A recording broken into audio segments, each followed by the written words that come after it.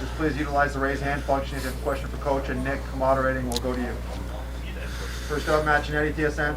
Ryan, so much happens over 4 quarters, but when you look back on maybe those first couple of drives, that first one especially, and the decision whether you wanted to kick or go for it? Yeah, I think, not really a decision on that, just the fact we didn't get in the end zone. Those first 2 times we get all the way down there and kick field goals and, waste a lot of good plays to get down there, and to only get 3 points was tough. So I thought if we scored 2 touchdowns there, you put them in a tough spot. And, unfortunately we didn't take advantage of the first half, and then they came out in the third quarter and, had added life to it. But we allowed them to, have that energy going into the third. What was the messaging in that locker room when you guys went in 12 and now you're not going to the breakup? I can't imagine the amount of emotions going back and forth. Yeah, I just, told the guys, at halftime, I said, look, we're up 12 and we haven't played good football. I said, let's turn it up the second half. And unfortunately, it just wasn't the case. They did some things differently defensively. They played a lot of cover zero. We had to win our one-on-one matchups. And, I thought Mac, gave our guys a chance to make some plays. And unfortunately, they didn't come down with them. Stephen Morsuti, Sportsnet. Coach, the plays for Argos, there was quite a few times where you were trying to take those shots. Was that just misconnections, or just what were you hoping?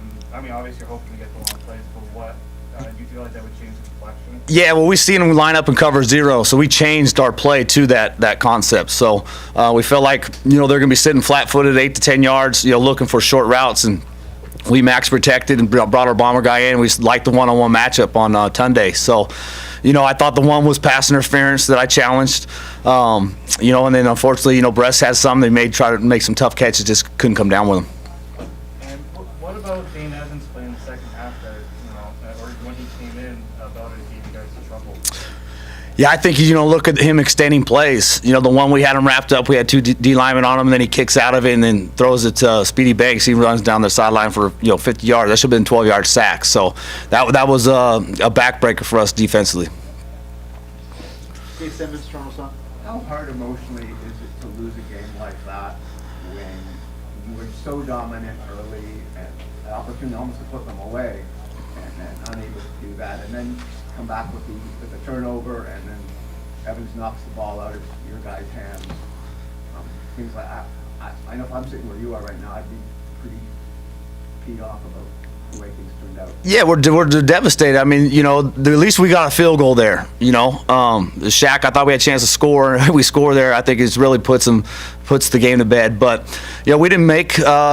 I guess we didn't take advantage of our opportunities. We had an opportunity to go up early. We dominated the first quarter. We had some long drives, just didn't score touchdowns. We had another opportunity for Shaq to hold on the football. At least we get 3 there. We go 15. That was 2 touchdowns going into it. And then they come out and then they got the punt return. So both times we lost them this year, they had a punt return for a touchdown. So we talked about penalties, turnovers, and special teams. And they took advantage of us on special teams with the return, and then they went for it on 3rd and 3, and got the sneak. And we talked about all week that as soon as they get to the 45 and it's too long for a field goal, they're gonna have a fake, and we didn't execute.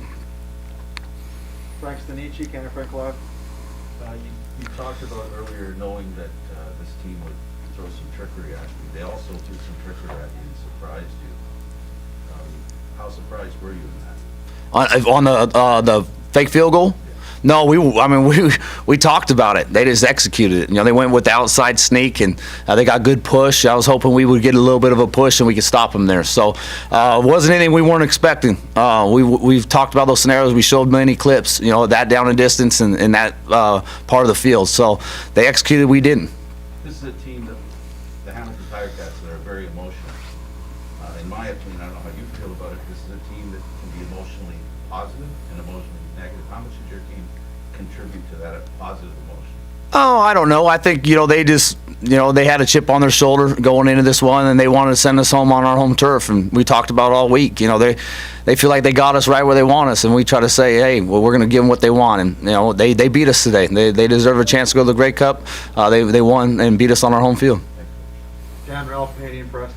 Ryan, was there ever a thought about on either of those 2 field goals in the first half of going for it and getting a touchdown and trying to establish more control? Yeah, the one where we had Mac on the quarterback draw, I thought we were at the 2-yard line, and so I was going to go for it. And then Marcus said from up top, no, we're on the 3. So I was like, shoot, no, I don't know if I can get. I had a quarterback run that I felt good about, and I just, I went forward down there a few different times this year for whatever reason. We just didn't do a good job in the red zone, and we spent a lot of time on day 3s and repping against our defense, repping against scout cars. It just, unfortunately, that was our Achilles heel this year, and it came back to cost us big time in this game.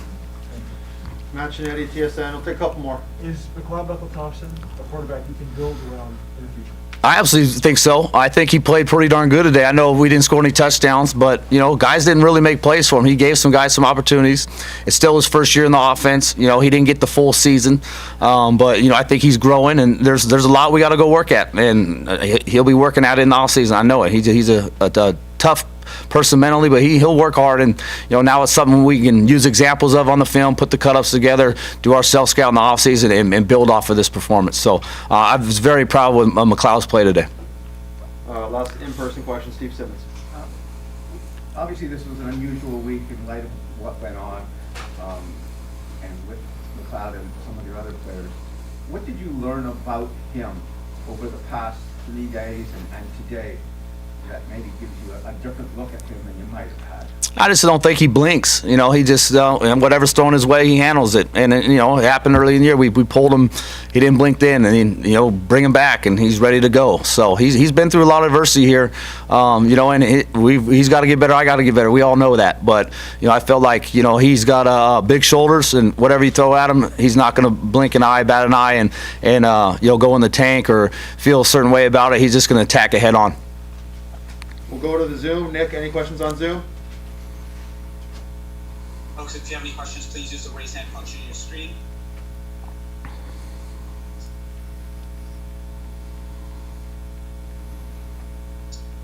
Looks like we have no questions up here, Chris.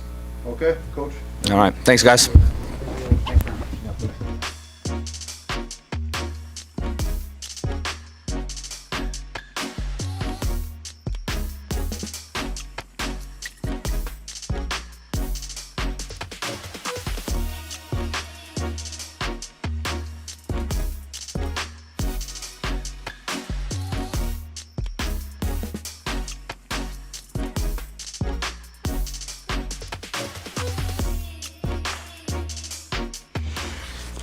The game is far more complicated than what the score will tell you, but what happened in that second half? We didn't have an answer for what they were doing. Defensively speaking, we knew we had them where we wanted them, but they came out with a completely different game plan when they switched quarterbacks. What is it about the 11 that changed their game plan? It wasn't really him. They changed their attack, so they were just going with. They were scared of the blitz, and so they were just going with bubble screens, left bubble screen, right. So it wasn't so much Dane. He's a good quarterback, but I'll give Coach Tommy a lot of credit. When we went +1, when we went 0, when we brought the pressure, he started to think. I think there were 3 plays that kind of put us in a hole. And again, it was just small details that we didn't execute, and that cost us. What did you think when you saw Dane Evans, like they have a fumble, and Dane Evans is the one who runs all the way back and strips to get the ball back? I mean, at that point, you just wonder, okay, what happened to Masoli? Did they pull him? If they pulled him, then, it gives you a boost of confidence. We got him where we want. If he's hurt, same thing. We did what we needed to do. And so that's what it was. And then, you just try to finish the game. I know you're a leader on this team in a lot of ways. A lot of guys went through a lot this year. How tough is this one? It's tough. It's tough. It's really hard. But, you know what I'm saying? Like life doesn't stop here. You got to, give time to some of the guys to process it, watch the film, take it in, and then you figure stuff out. David Moore, City Sportsnet. Going into this game, you talked about, the composure and need to remain composed in the moments.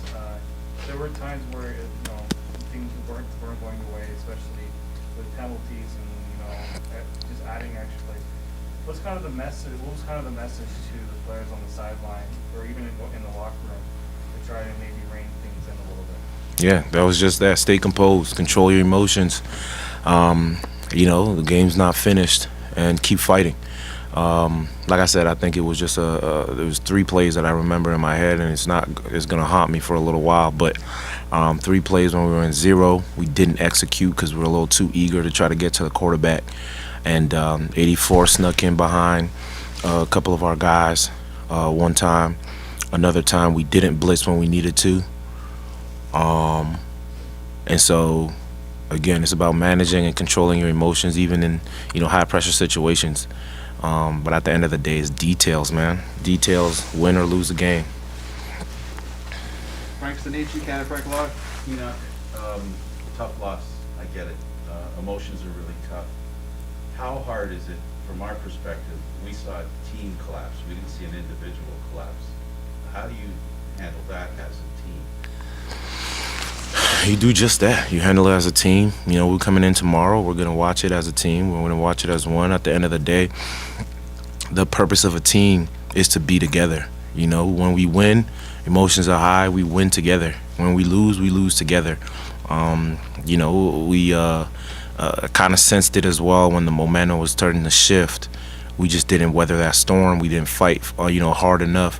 And like I said, I know defensively speaking, there was a couple of mistakes that we made that allowed them to kind of extend drives and, ultimately get points on the board. So it's those little things. And again, at the end of the day, when games like these, sometimes it's not a huge thing. It's a small thing that end up, making the difference in the game. You come to join this team as a guy who's displayed, at least for those of us in this room or on Zoom, you wear your heart on your sleeve.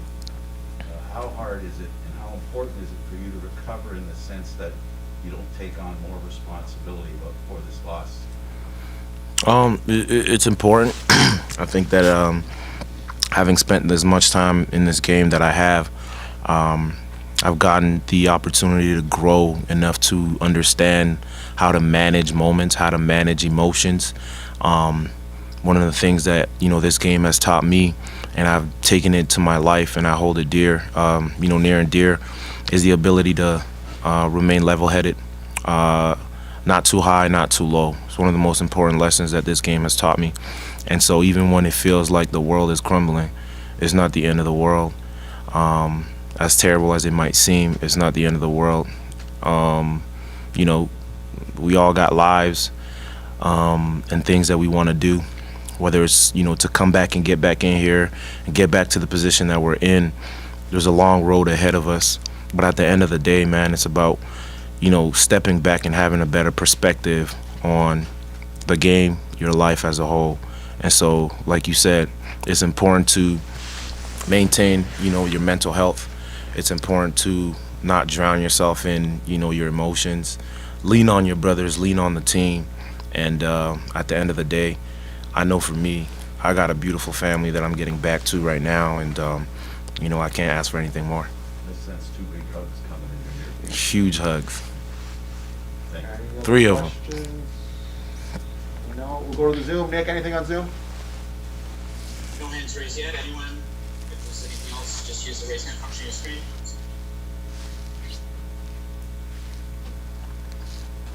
Yeah, no Nothing. hands up. Okay, thanks, Enoch. Thank you.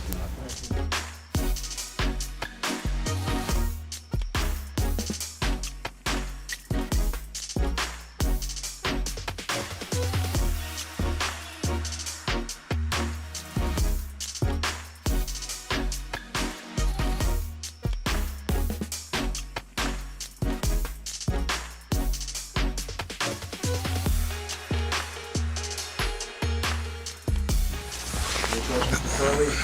David Morassutti, Sportsnet. Just your thoughts on how things went, and obviously disappointing, but what's the main takeaway for you? I don't think there is one. We lost, plain and simple. You know what I mean? So. What about the Hamilton defense, especially in the second half, made it difficult for you guys to get points on the board? They didn't do anything to stop us. We just stopped ourselves. So. Matt Shinetti, TSN. Curling, Ryan was saying that he can build an offense around an MVT. You two have built quite a relationship and a chemistry. What does this offense need to do to take the next step and be consistent? Because that was the thing that you and MVT have been talking about, especially second half of the season, that was lacking. We just gotta grow together. You know what I mean? This is our first year being together after 1 year off of football. So the more we're together, the better it's gonna be. So the way I look at it is we just gotta be together in order for the chemistry to grow, right? Frank Stanici, Canada Frank Live. As a young player, a rookie, you had a pretty good season, right? Now this is your first real shot at adversity and recovering from it. How do you see yourself moving forward, having survived this year the way it's come out? I just get back in the lab. Just for me, it's just how can I get better? And there's always ways you can get better. So for me, just gonna go back to stage one, just back to the fundamentals, and look at tape from this past year and see where I can get better, and then just go back with my trainer, see if I can meet up with Mac in the off season, and then just work on the fundamentals, because that's how you build your base. Any further questions in person? Nick, anything on Zoom? Nope, nothing up here either. Thanks, Curly. All right, thank you guys.